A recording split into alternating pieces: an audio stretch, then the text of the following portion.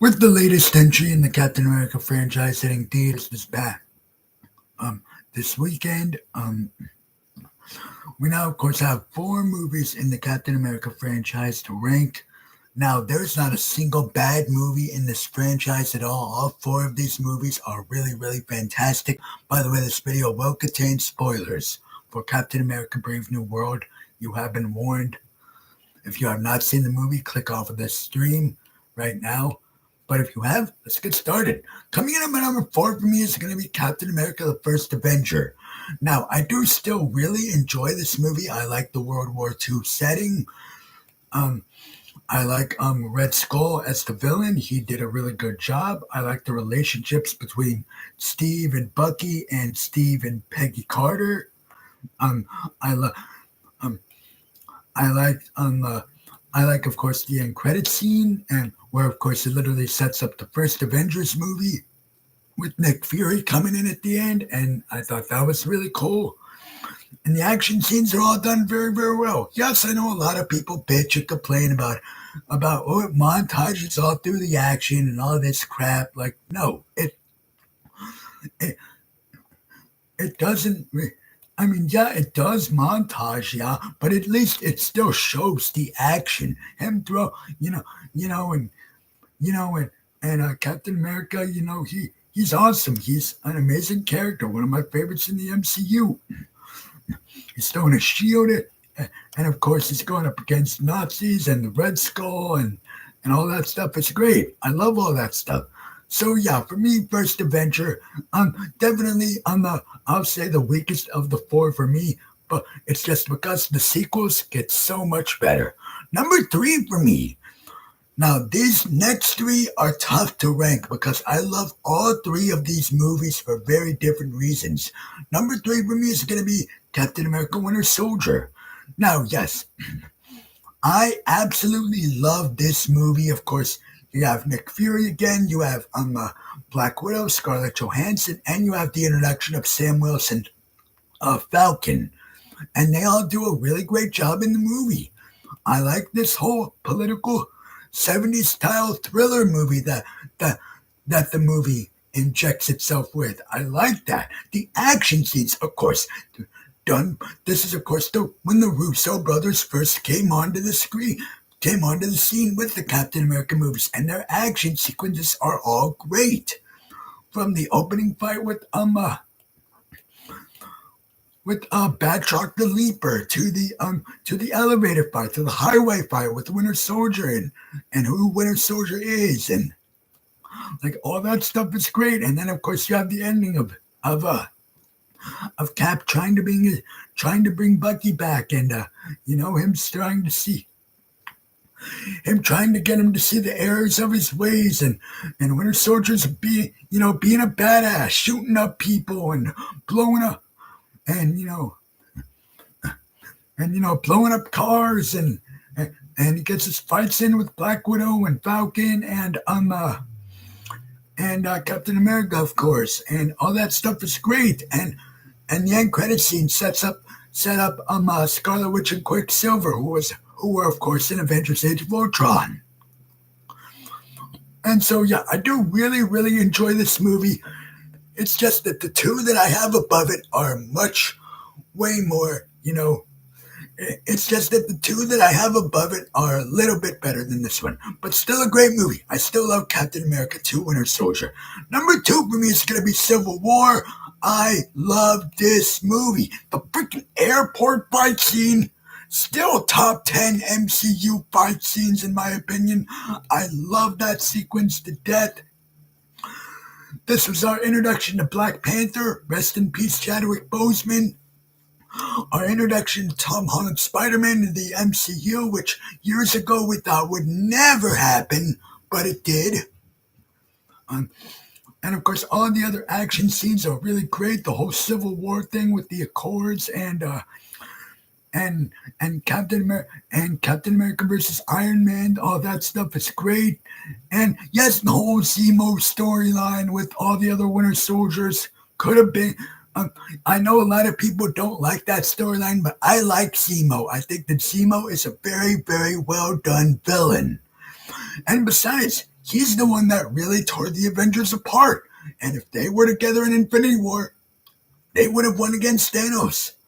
But because, Zemo pretty much tore the team apart pretty much in Civil War, they lost to Thanos in Infinity War. And we really needed that, for the stakes to be really, really high. And so, yeah, Civil War, damn good movie. Of course, the ending fight scene between Cap, Bucky, and Iron Man, Tony Stark was all really, really great stuff. I loved that scene. And of course, the end credit scenes, of course, they set it up. Were, of course, pretty much setups for both Black Panther and Spider-Man Homecoming. And I think all the performances are great, of course, from everybody. And of course, and you also have Hawkeye and Ant-Man in there, and all that stuff was great. Their scenes during the airport battle were awesome. And yeah, what more can I say? Civil War, awesome movie. But I just have however, my number one beat out Civil War. And of course, no surprise here, my number one, Captain America Brave New World. I freaking loved this movie. Just everything about it. Just the fact that when there is humor, for one, it's very well placed humor. Like whenever Bucky showed up in the movie, and they're pretty much talking to each other, and it's a very, very serious scene, but they still find a way to throw in another very, very funny moment between Sam and Bucky.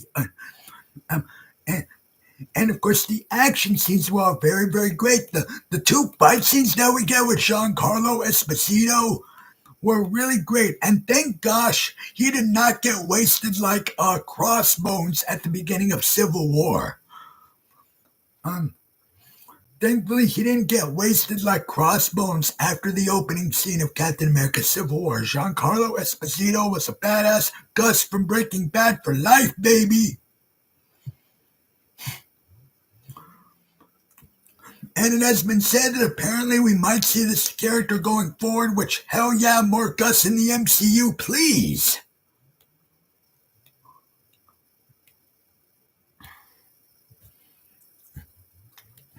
And of course, like I said in my spoiler-free review, you have the whole Falcon flying sequence. It's like the scene where they're flying around the Eternals ocean. Yeah, they finally addressed that plot thread that has literally been dangling the whole Eternals ocean celestial head thing. And they talk about adamantium, the bones that Wolverine's claws are made out of.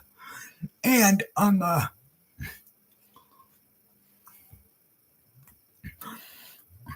and the whole mystery thing about what the leader wants to do, and the fact that we finally got Tim Blake Nelson back. The fact that we finally got him back, and of course the fact that this is finally addressing events that we have not seen since Incredible Hulk 2008, and I liked all of that. I liked the leader's plan about him pretty much wanting to corrupt General Ross, and Harrison Ford did a badass job as General Ross. Rest in peace, William Hurt, but Harrison Ford did a damn good job as Ross. And when the Red Hulk fight scene is going down at the end, it is awesome. It is that badass Hulk that I have missed since Age of Ultron. It is that style of Hulk again. And that fight scene was awesome. They're fighting around the White House, inside the White House, around the forest section of the White House, and Red Hulk is just pounding the hell out of Sam.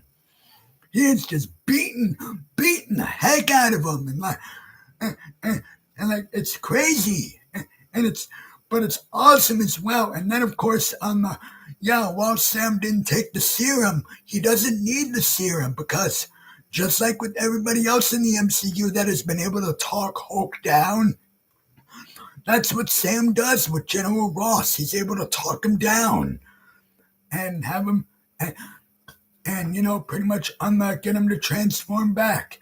And then of course he he pretty much goes to prison at the end of the movie, and he pretty much goes to prison at the end of the movie, and uh, the raft pretty much, yeah, the raft prison, the same prison that was in Civil War, yeah, yeah, he literally went back to that prison. So yeah, that was a nice little great full circle kind of moment, you know. And of course, the big cameo, freaking Betty Ross returns.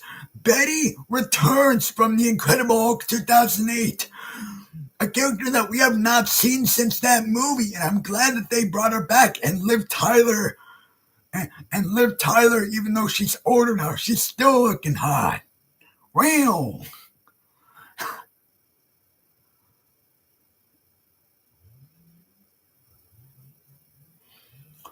And so yeah, and the end credit scene gets me even more excited for Avengers Doomsday because yeah, it pretty much is a Avengers 5 setup to where you have Sam pretty much talking to the leader and he's telling him that and the leader's pretty much telling him that that you think that you heroes are enough to stop me. Wait till the others come. And obviously, he's pretty much talking about the multiverse villains, pretty much that are going to be that are pretty much going to be showing up in the next two Avengers movies. So that's great to hear. But wait a minute though. Logically, it kind of doesn't make any sense because this guy was a grounded level villain. How in the world would he be able to crack the code on the multiverse? And how in the world would he be able to know about the multiverse villains? Yeah, logically, when you stop to think about it, it really doesn't make much of any sense. But hey, I'm okay with it because at least it's finally an actual setup for Avengers 5 Doomsday, and I'm so excited. And I can't wait to see what's happening. And of course, they talk about the Avengers, and even Sam pretty much tells Walking Torres Falcon, who pretty much does get injured during the missile, during the air, during pretty much the airplane flight scene in the movie. Yes, yeah, Walking Torres Falcon pretty much does get injured, but don't worry, he does survive, and Sam pretty much does tell him that the world needs the Avengers, pretty much confirming that he's pretty much now an Avenger now. So we'll definitely be seeing him in Avengers Doomsday and Secret Wars for sure. And of course, another thing as well that I'm glad that they did in Captain America Brave New World was that I'm glad that they did the whole I'm glad that they have another scene of this was both a nod to pretty much all the other Hulk, not just movies, but the old Hulk 1970s TV show, because yes, even that Hulk had to deal with the helicopter. Yeah. Red Hulk destroying a helicopter. Pretty much a staple of Hulk at this point. So hell yeah. Again, this is not the stupid, smart Hulk. Oh, I'm gonna give Ant-Man a taco. I'm gonna take a selfie with kids. No, none of that bull crap that we got in Endgame. This was the badass rage. Oh, excuse me. This was the badass rage-fueled red monster again, and I'm glad that they did that again. Now, yes, I understand. I get why they had to do Smart Hulk in Endgame, and I get that, he had to snap his fingers to bring everybody back. I am still glad that at least he got his moment, but man, I wish he would have got his rematch with Thanos at the end of Endgame, where because if they would have thrown that in there, the movie would have been flawless. Endgame would have been a 10 out of 10, but I, of course, had to drop it back to a 9 out of 10 because I didn't really care for the Smart Hulk angle they went with. Even though, yes, he still does play a crucial role in the whole time travel thing and him snapping his fingers to bring everyone back, I still didn't really care for that. But with this is finally the Hulk that I have missed since really Thor Ragnarok. And this is and Red Hulk was a badass in the fight scene. he was great. He was amazing. So yeah, all these reasons and more are pretty much why Captain America: Brave New World is my number one of the Captain America franchise. But yeah, tell me down below in the comment section, what is your guys' ranking of the Captain America franchise? I really would love to know. How would you rank all four movies? And yeah, I'm definitely can't wait to see Thunderbolts and Fantastic Four this year, and of course next year, Avengers Doomsday, baby. We are getting closer than we have ever we are getting closer to Avengers 5 Doomsday now more than ever. And so yeah, guys, let me know what you guys think about the four Captain America movies down below in the comments. Don't forget to like, share, comment, and subscribe as always for more videos and more live streams. And do not forget to hit the bell icon so you guys get notified whenever I upload both brand new videos and do brand new live streams. And oh yeah, I liked the main weapon that oh crap, I almost forgot Isaiah Bradley. Isaiah Bradley, his actor, he did a good job in the movie, and I liked the friendship that him and Joaquin and him and Sam had, to where they're joking with each other, and they literally take a picture with each other at the White House and of course the whole assassination attempt that he does on General Ross, and you can tell in that scene that, like, after that action scene, that he's like, he doesn't want to go back to prison, because obviously if you've seen Falcon and Winter Soldier, he literally says that he was turned into pretty much a weapon, kind of like Bucky, but at the same time he was pretty much the original Captain America before Steve Rogers. And so yeah, even that storyline I got a little choked up at. But yeah, though, and also and yeah, seeing Betty again at the end of the movie. Not just that, but during the phone call, seeing that she has with General Ross, all of that was great. And pretty much apparently the pills that General Ross has been taking, the leader, infused the pills with gamma radiation. So that pretty much explains how he was able to turn into Red Hulk, because his pills that he was taking, because General Ross pretty much had a heart problem, and so he of course had to take these pills, and the fact that the leader, Tim Blake Nelson, was pretty much was able to infuse General Ross's pills with gamma radiation. That is a freaking unique and genius idea. Like, very genius. And again, his whole plan I liked.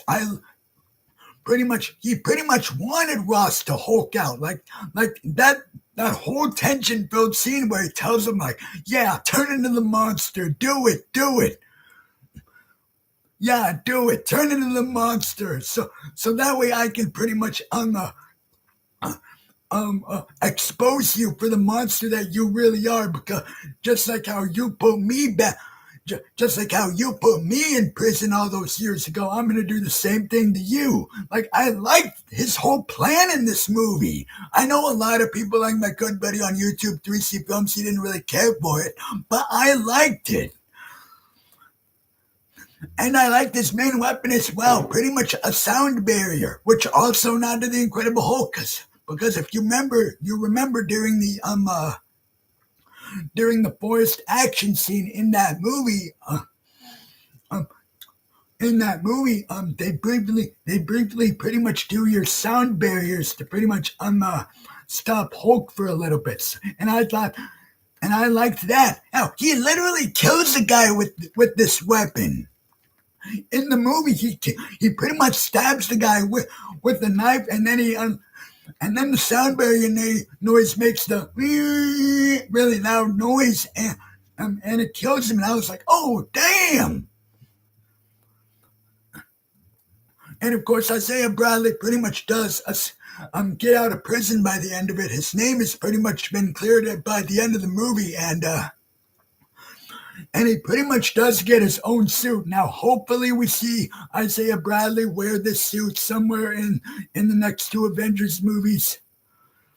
But yeah, though, overall, I had a great time with the movie. And yeah, sorry, guys, when you talk so much, you pretty much forget about certain stuff. But yeah, though, let me know what you guys think about my ranking of all four Captain America movies. And how would you rank them from least favorite to most favorite? Again, there's not a single bad movie. I love all four of these movies. I love all four of them. But Brave New World for me is my number one. But yeah, let me know what you guys think. I will see you guys later. Peace out.